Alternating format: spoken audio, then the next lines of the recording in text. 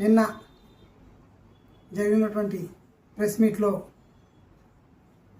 నేను ప్రేమగా ముగ్గురు మునగాళ్ళని పిలుచుకున్నటువంటి నా యొక్క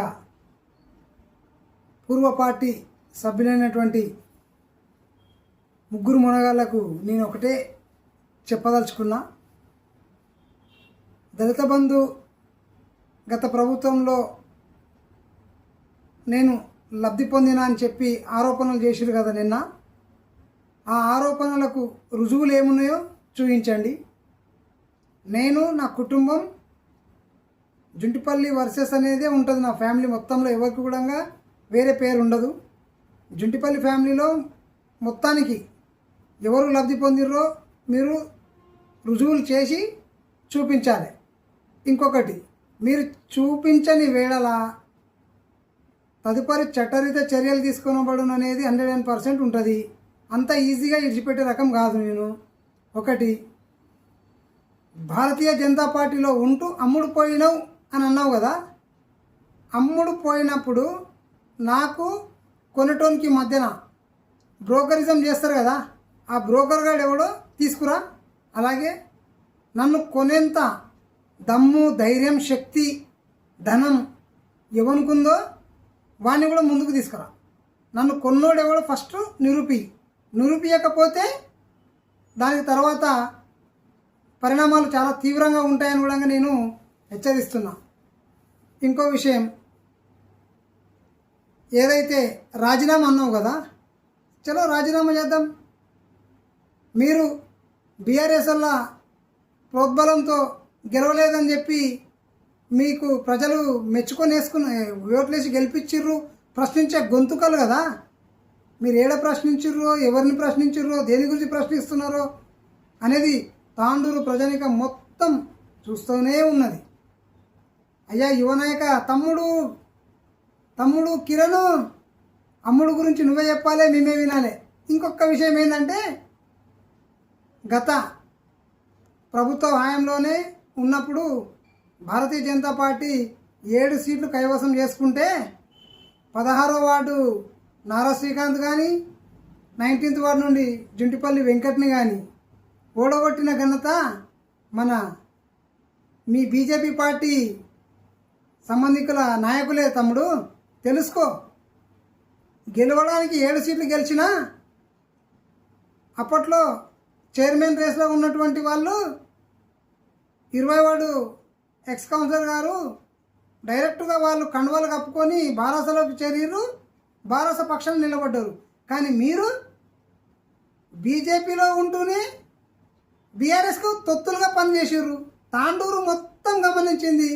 ఈ 3 సీట్లు కూడా మీరు ఎట్లా గెలిచిరో కూడా అందరికీ తెలుసు. ఇక ఇంకొక ఆయన మీ ఫ్లోర్ లీడరు పెద్ద మునగాడు కొత్తపల్లిలో దొంగ ఓటేసి వస్తాడు, తాండూరులో కౌన్సిలర్గా పోటీ చేస్తాడు. అది కూడా చట్టపరంగా చర్యలు తీసుకున్నారు. దానికి సంబంధించిన ఈ కేసు కూడా నడుస్తుంది. అభివృద్ధి గురించి మాట్లాడమని నేనంటే మీ వార్డులలో చేయించుకున్న అభివృద్ధికి మా చైర్పర్సన్ పేరు, మా ఎమ్మెల్యే పేరు కనీసం చెప్పకపోయినా ప్రభుత్వ అధికారుల పేర్లైన ధన్యవాదాలు చెప్పాలే కదా. ఆ విషయమే మీకు చెప్పాము. అంత మాత్రానే ఉలిక్కి పడుతున్నారు. అంత ఉలిక్కి పట్టేందుకు ఆయన ఏమంటాడు, ఇది ట్రైలర్ మాత్రమే. హలో నాగారం మల్లేశం గారు, మీకే సూటిగా, మీ ట్రైలర్, మీ షార్ట్ ఫిలిం త్వరలో వస్తుంది బయటికి. వెయిటింగ్. మేము కూడా అదే వెయిట్ చేస్తున్నాం. చలో రండి. మీరు ముగ్గురు అంటున్నారు కదా రాజీనామా చేసి ఎమ్మెల్యే చైర్మన్ అంటున్నారు కదా. చైర్మన్ గారు రాజీనామా ఎందుకు, ఎమ్మెల్యే గారు రాజీనామా ఎందుకు? ప్రజలు 5 ఏళ్ళు ఎన్నుకోమని ఇచ్చిర్రు అవకాశం. ప్రజలు ఇచ్చిన అవకాశాన్ని అందరం కలిసి ఎన్నుకున్నారు కాబట్టి, ప్రజలు ఎన్నుకున్నారు కాబట్టి 5 ఏళ్లను పూర్తి చేసిన తర్వాత మాట్లాడదాం. సరే, ఒకవేళ కాదు ఖచ్చితం రాజీనామా అంటే నేను వస్తా రాజీనామా చేసి. చలో మీరు కూడా ముగ్గురు రాజీనామా చేసి ఉప ఎన్నికలకు వెళ్దాం, రెఫరెండంగా తీసుకుందాం. చలో 7కి వస్తారు రండి. కలెక్టర్ ఆఫీస్కి వెళ్దామా, లేదా ఇక్కడ మన కమిషనర్ గారికి ఇద్దామా? ఎక్కడ ఎవరికి ఇద్దాం రాజీనామా లెటర్? చెప్పండి, నేను రెడీ ఉన్నా. 7కి రావాలో చెప్పండి. ఇంకొకటి ఖబర్దార్, నేను మీకు ముగ్గురికి ముఖ్యంగా చెప్తున్నా, అంత ఆషామాషిగా అనవసరంగా నా మీద నిందారోపణలు చేసిన మీ ముగ్గురికి ట్రైలర్ ఏందో నేను కూడా చూపించని అనుకోవద్దు దయచేసి. దళిత బంధు అని అన్నావు కదా, గత ప్రభుత్వ హయాంలో దళిత బంధు తీసుకుని అన్నావు కదా, ప్రూఫ్స్ ఏమున్నాయో చూపించు, అప్పుడు మాట్లాడదాం. తమ్ముడు కిరణ్, నీకే సూటిగా, అమ్మ లలితమ్మ కౌన్సిలర్గా గెలిచిన తరువాత నువ్వు చేసిన దౌర్జన్యాలకు, నువ్వు చేసిన అరాచకాలు అన్నీ ఎవిడెన్స్తో సహా తెచ్చిన నా దగ్గర ఉన్నాయి తమ్ముడు, టెన్షన్ తీసుకోకు. నేను రాజకీయంగానే వార్డు డెవలప్మెంట్ గురించే నేను హెచ్చరించిన నిన్నటి ప్రెస్ మీట్లో. కానీ నువ్వు ఏం చేసినావు, నా వ్యక్తిగతంగా నేను ఏ తప్పు చేయనిది నన్ను అమ్ముడు పోయినావని దళిత బంధు అని చెప్పి అబాసపాలు చేసి నిందారోపణలు చేసినావు. నీ దగ్గర సరైన సమాధానం కానీ సమాచారం కానీ ఉంటే తీసుకొని బయట పెట్టు. నేను మీడియా ముఖంగానే నీకు హెచ్చరిస్తున్నా.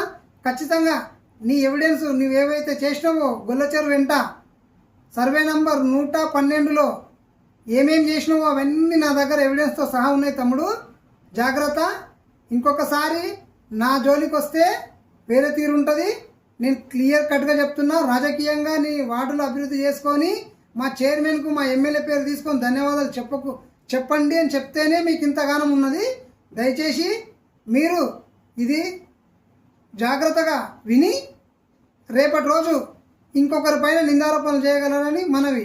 ఇంకొకరు నాగారం మల్లు గారు 28 వార్డు కౌన్సిలర్ ఓట్ చోరీ చేసి కొత్తపల్లి గ్రామ పంచాయతీలో ఓట్లేసి తాండూరులో కౌన్సిలర్ అయ్యారు.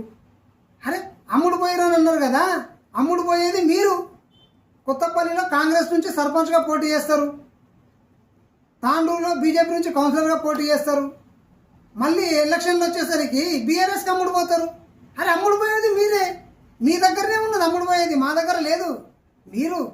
మేము ఏ పార్టీలో ఉన్నా, భారతీయ జనతా పార్టీలో ఉంటే కమిట్మెంట్ రాజకీయాలు చేసినాం. 18 నుంచి 20 ఏళ్ళు ఒకే పార్టీ, ఒకే జెండా, ఒకే నినాదం.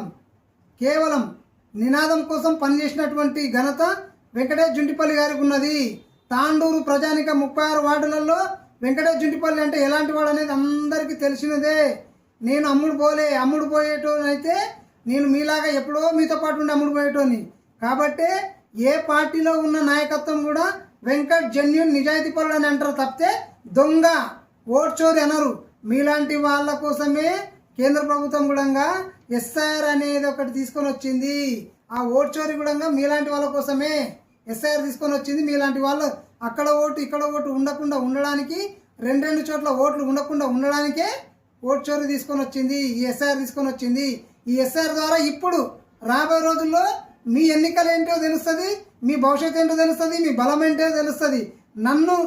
నేను గత 18 ఏళ్ళుగా భారతీయ జనతా పార్టీలో నేను పని చేసినాక అక్కడ కూడా నేను ప్రజల దగ్గర భారతీయ జనతా పార్టీ అంటే కమిట్మెంట్ తోటి పనిచేసిన, జనాలకు కూడా నేనంటే కమిట్మెంట్ తోటి పనిచేసిన. మిగతా మీ ముగ్గురు ఇవాళ మాట్లాడారు కదా నిన్న, శ్రీకాంత్ రెడ్డి ఒక్కరికి ఇనఫ్. మిగతా మీ ఇద్దరికి 23 వార్డులో కానీ 28వ వార్డులో కానీ గత ఎన్నికల్లో 2023 అసెంబ్లీ ఎన్నికల్లో మీ వార్డులలో జనసేన పార్టీకి ఎన్ని ఓట్లు వచ్చినాయో ఒకసారి తిరిగి మీరు వెనకకి మళ్ళీ తిరిగి చూసుకోండి తమ్ముళ్ళు. మళ్ళన్నా బాగా విను, 28వ వార్డులో జనసేనకు ఎన్ని ఓట్లు వచ్చినాయో ఒకసారి చూసుకోవే కిరణ్. ఒకసారి 23లో చూసుకో, వెనక్కి వెళ్ళి చూసుకోండి. నన్ను వెనక్కి మళ్ళీ చూసుకో అన్నావు కదా, నేను వెనక్కి మళ్ళీ చూసుకుంటే నేను భారతీయ జనతా పార్టీకి కమిట్మెంట్ తోటి పనిచేసిన. జనసేనకు 2 బూతులలో కలిపి 208 ఓట్లు. గుర్తుపెట్టుకో, జనసేనకు చాయ్ గ్లాస్ గుర్తుకు 208 ఓట్లు. 100% నీతిగా నిజాయితీగా పనిచేసి ఏపిచ్చిన ఓట్లు.